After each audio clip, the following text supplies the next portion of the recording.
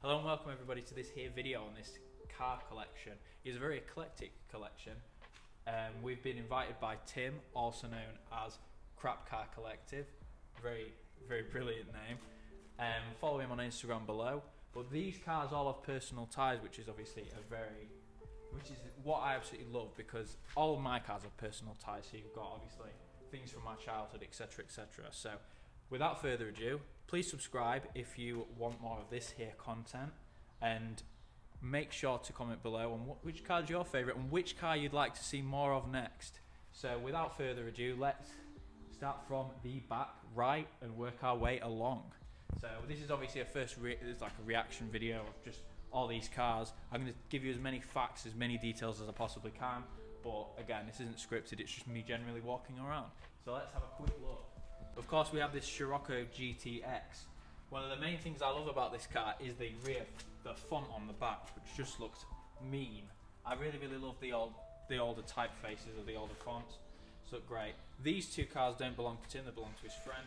The lovely CX there, which we'll get to, and this lovely Sirocco. So with this being the GTX, obviously you've got the P-slots, you've got the wonderful seating arrangement, and even a steering wheel, which you'll obviously recognise from the Mark II GTI, the very famed Mark II GTI. 5-speed gearbox. Dashboard is completely different to a GTI Mark II as well. But yeah, this spoiler as well. This spoiler is it's almost like a ducktail, but it has a small gap. Because obviously I assume it's for air over the window. Interesting note, Scirocco register. I didn't know there was such a register. The only register I know of is the MGF register, weirdly enough. So now we move on to this here, BX. So, of course, we have even the original, this Helix, supplied by Helix Garages Limited. Stuff like these crazy little details. 100 years of Citroen, obviously, for their Centenary or something, BX Club.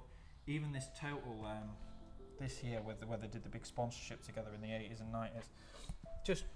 Just interesting stuff. This spoiler as well is very nice. Look at that spoiler. Very that. I didn't know that these had these black bits on, but I believe this is one of the newer models. Another interesting note, the centre wiper.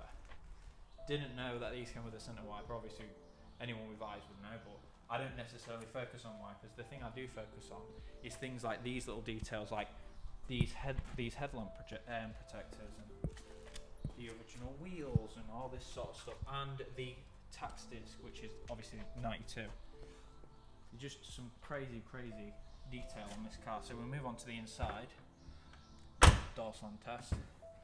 I'd rate that easily in the I'd rate that as the 4th best dorsal in this entire garage. Weird thing that we know about these BXs. So this car is sort of like when the car design wasn't finalized. So you had this wonderful this mechanism here where you push two things in, and obviously that does its thing. But on the older ones, you have a twisty knob, which we'll get to in a minute. But it's things like this coin holder. Look at that detail. This coin holder. That is just something else. And obviously you've got the incredibly eccentric design of these steering wheels, which I think looks great. And then you've got your clock there. The clock on the other ones is a bit different. This is obviously a sunroof model. Anyway, let's get to the hold on 1 second. There we go. It's a service book. We can't get too far into that though. But yeah, crazy. Very nice stuff. Obviously you know about these have hydropneumatic suspension, which also powers the power steering and the brakes, and they sort of get up like a lazy dog. So you turn them on, she's and then she's up. But anyway, let's move on to this Xantia, which is the BX's replacement. So obviously the Xantia was first produced in 1993. This is actually Tim's father's original company car, and Tim obviously bought it back, and he's kept it as sort of a memento, which I think is really nice. I'm all about these personal collections these personal connections to these cars. That's my main thing. Another thing this car has, which is weird, it's like a Tesla. So funnily enough, a bit better than Tesla, but that keypad there is for the immobilizer. How interesting is that? We can actually obviously get in. Don't know why we're doing that. Yeah, that keypad is for the immobiliser. It looks great. And obviously you've got the double. It's like a double-decker dash. So if we just have a look here. Oh no, it's a handle. Wow, it's a handle. That's craziness. That is really, really nice. Oh, also fun fact about this car. This car has power windows all round and aircon, and it's an automatic, which is quite a rare configuration. We also have a few other little details which we'll get into. Let's have a look at the next car, which is this wonderful BX GT. See, we're not going to add an I to it because it is a GT, but this is obviously when Citroen made hatchbacks. Yeah, that is a fair sized boot. That is a nice sound. Onto this. These little details that Tim's put on, like the designed by Bertone, or I think that's how you pronounce it. It's these chevron seats though that get me. Look at these seats.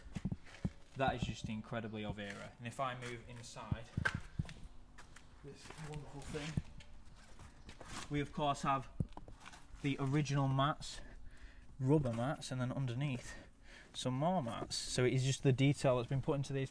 And as I mentioned earlier, we have the twisty thing, which just looks great. So you've got your GT badging on the dashboard, and the obviously you can tell between this one and that one, there's been a lot of changes because that one has the more traditional indicator stocks, whereas this one has this wonderful bank, which is originated on the CX. I think it's incredibly tactile. I think you would obviously get used to it. Obviously there's your indicators. If you think about it, you're driving along and then you just go, I want to turn left, I want to turn right. You've got everything within a fingertips reach, which I think is very interesting. This has got the later dials as well. We'll move on to an earlier one with the earlier dials. Yeah, you always have something weird with these Citroens in your periphery as well. You've got the temperature gauge in your periphery on this, which is the same as the CX. So let's move on to the wonderful Morris Marina. So this car has been completely restored, and one of the things I noticed about it first was these wonderful hubcaps and this centre emblem, the BL emblem. I really think that is one of the best emblems ever created. It just looks great. And obviously you've got your vinyl roof, which is wonderful. The first time I've ever touched a vinyl roof. And these door latches as well. The quality of this is just. Of course, this is a survivor. Look at that. That inside. One of my favourite features of the Marinas is the sweeping dash. I had a look at a GT with wooden on the sweeping dash, and it just looked crazy. Of course, this has got 46,000 on it. Things like these tactile buttons, with switches. Obviously, this has got a more traditional thing than the really, really weird CXs. And BXs, we've got the original manual, and of course, an appropriately placed Haynes manual. And these seat covers are very, very off period. Of course, in the back as well, you've got some. The upholstery in the back is just something else. Just these doors are very. There we go. Look at that. That's very appropriate. The Road Atlas of Britain, of course, is incredibly appropriate as well. Very period. These cars have got a lot of little details. So you've got the Laycare sticker here as well. We've got the Leyland. They offered a weird Leyland service credit card as well at one point. You've got the super cover at the top as well, which looks great. You've even got the tax disc. That's another thing about these cars, is the tax disc. This has the 86 tax disc on it, which just looks great. And then, of course, if we go around to the front of the Marina, oh, this is the Morris badge as well with the Leyland. Look at that. Something else. These taillights are incredibly small, by the way, as well. Right. Let's have a good look at this front section. You've got an 81 tax disc on there as well. And another magical thing about this car. Of course, this is my favourite Marina. I'm not really a big fan of the Mark 1 or 2, but the Mark 3 obviously introduced this completely new front design. And this sort of bottom bumper, almost like a bit of a splitter the way it juts out. Just looks really, really nice. I love these little things. I almost bought a blue one that had a completely stripped dash.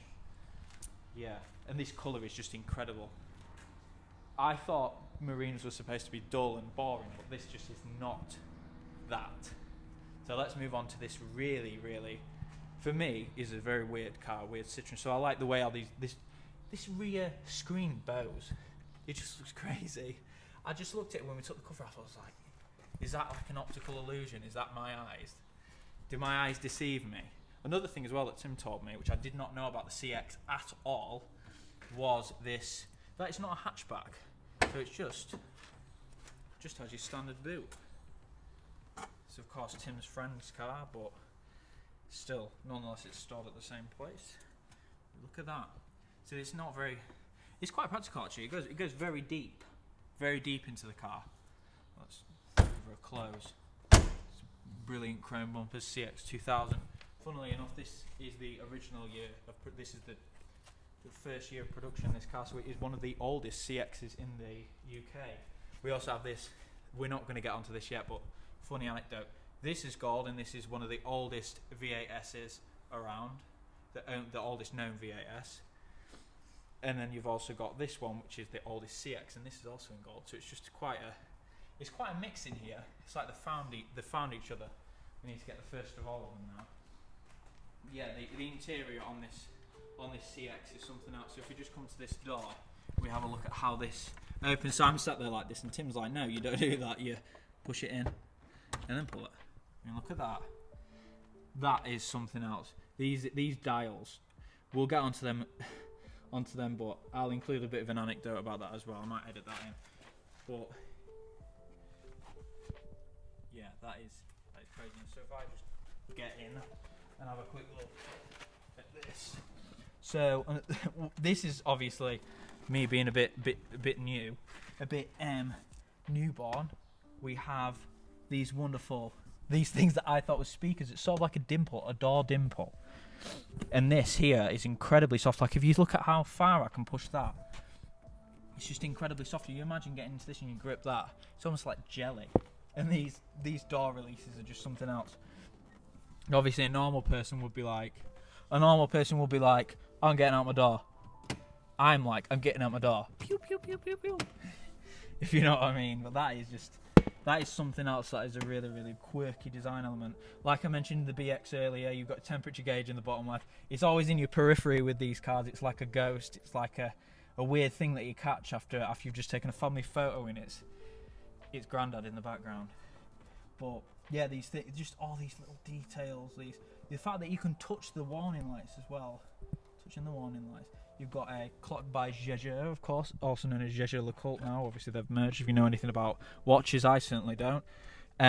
Like I said before, similar thing going on here with the same as the VX. You've got this wonderful grille as well on here. I believe that's a speaker, but I can be proved wrong because you've got a 4-speed manual. Just brilliant. See, electric windows as well. So you've got all your. This is a weird placement as well, having your fan control here and all your heating stuff here. I would imagine it being on the front. And you've got your glove box, which is locked. Oh no! So basically, you turn that. That is a crazy detail. We'll add that as well. A close up of that. You twist this. It's almost like a bottle cap. You twist the bottle cap and you get into your wonderful glove box. See if I can shut it. I don't know how to shut a glove box. We'll leave that. I don't know how to shut that. The speaker grills on the doors are a bit weird as well. But I could talk about this car all day. It's so odd. And then you've got your ashtrays as well on the back. I mean, look at that. That's something. Is that an ashtray? Yeah, it's an ashtray. A lot of these cars, they think about the passengers a lot. The V8S, for example, the SD1, I thought about the passengers a lot with the wonderful ashtrays in the rear. So we've done this row. Now we're on to this row. But we'll start with the Rover 25 because this is sort of, these Rover 25 are sort of what got me out of Rovers, because originally of course, between the ages of 8 and 11, I absolutely loved Rovers. But then at about 14, I had a ride in a 25 in a weird purple colour, and it was the worst thing I've ever sat in my life. It never worked. And it's just an anecdote really, because this car is still going. This car was obviously Tim's mum's car originally. Look at that. It's all specced out, wonderful leather, colour-coded spoiler, colour-coded rubbing strips. See, these wheels aren't original, these are from a later model. We've also got a ZR back box on it. Or ZR, yeah, ZR back box. Look at that, that was It's an interesting touch. See, with this being the earlier 25, look in the interior. Look at that thing. You got your wood effect on the air vents. You've got wood effect on here with it being a higher spec model. You even got a cup holder in the door. I mean, look at that. That's something else. These seats are incredibly comfortable. I've had a good sit in one of these and they're really nice. The only thing I didn't really like about them is the handbrake feels a bit flimsy, but that's just me. So let's have a look at this here BX. I'll have a quick sit. So this is one of the earlier ones. You can see obviously it's got the same speedo as the CX, similar anyway, same technology. We have the technology. Another interesting thing is this tachometer, which has got the which is obviously digital. It's got some lights behind it. It's sort of like a calculator, but it doesn't calculate much. But yeah, the inside of this, you've got little details like that. It's wonderful. And then obviously with this being, you've got your twisty. These as well. These Citroens of this era are so interesting. You look at that to release your door. That's just an interesting detail. So let's have a quick look.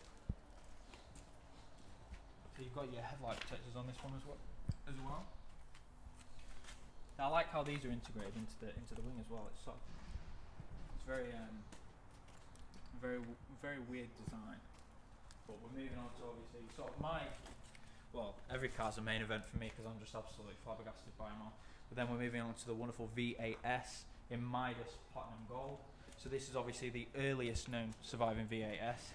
This has been featured in the Telegraph, by the way, so go read that article. This is one of the cars. So just have a look at some of the details on this. I mean, this gold paint is just incredible. And then you've got your pinstripe and your double pinstripe, obviously thicker on the bottom, thinner on the top.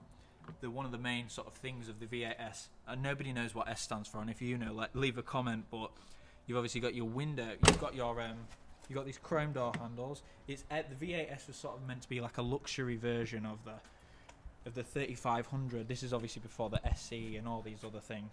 But one of the more interesting things at the front is these tiny headlamp wipers. It's obviously got headlamp and wash wipe. So I can imagine these little wipers being these blades being incredibly rare. As Tim has obviously said, he has to hunt around for them on eBay quite a lot. There's a lot of interesting details with this car. Just have a look. Obviously, with SD1s, these rear speaker covers disintegrate. I think the 800 was a big improvement on that because they don't absolutely fall to pieces. And obviously this badging, this is what I love about 70s, 80s Rover, the V8-S. The font is so stretched, it's very exaggerated. Of course, she's a V8, she's a 3.5 twin SU carbs. So your Rover. Along here you've got your very famous SD1 ribbed lights, which obviously appeared on a few Lotuses at the time. The boot is massive, but we'll get to that. But let's have a look at the interior. Like I mentioned earlier, when I was in the CX, they seem to think a lot about the passengers. I mean, this is just pure luxury. You've got soft touch leather here, and then you've got this very hard to open ashtray. It's so stiff. It's obviously metal, isn't it? See, I don't want to break anything. There you go.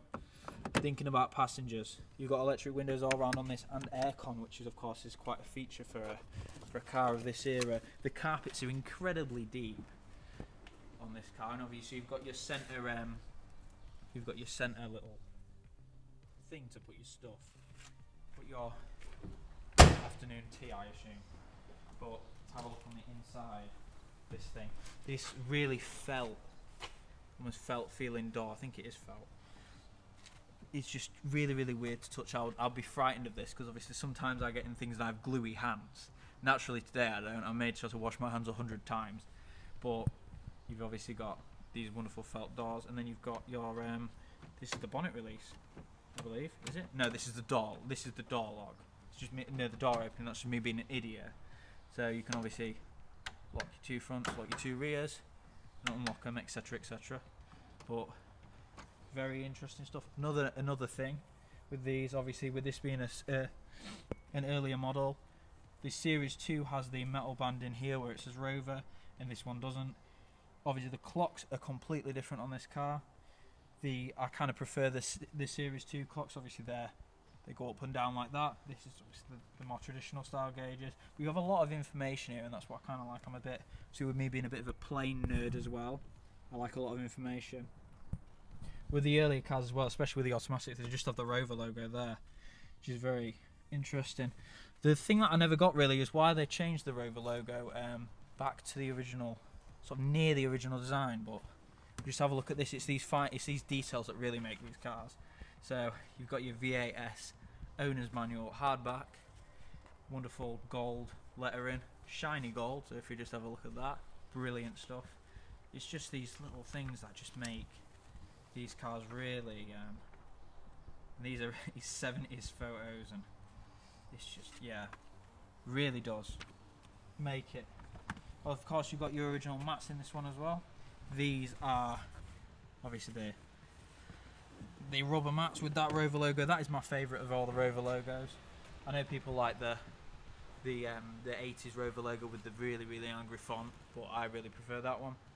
These seats are incredibly comfortable. I mean, if you push on the action of this, the action of the foam, just is something else. This is obviously a dream car of mine. So if you subscribe, I might get an ST1 eventually. This clock is incredibly loud as well. But I can imagine if you're driving home and you know when you turn your music off when you're angry, like I don't want to listen to anything, you've just got the sound of the road, muffled road, and you've got this clock in the background, which I'll include a sound clip of because it is incredibly loud. Of course, with these cars, they were designed for modularity, so you can move this over there for the left-hand drive market, and obviously that air vent can be moved here, etc, because of course they were shipped to left-hand drive markets. Another thing I find really interesting about these cars is these air vents and the AC system in general. It's just really interesting how they've included as many words as possible on here. Just for me, it's just incredibly weird. And this is obviously these switches. This feels like so you're like putting your landing gear up in a plane. So yeah, I love it. Obviously unipart stereo as well. Include a shot of that. So you've got your glove box here. It's just brilliant. I can imagine sort of how this must have felt as a bit of a road warrior. So that is this is a 5-speed manual, which is also a really rare configuration for these because they usually come with a 3-speed automatic. So that is all for this tour video. Let me know which car was your favourite in the description below, and please remember to subscribe. And if you want to see more of Tim's collection, please let me know, and we'll do individual videos on these. And follow him at Crap Car Collective on Instagram below. Thank you for watching, and keep watching.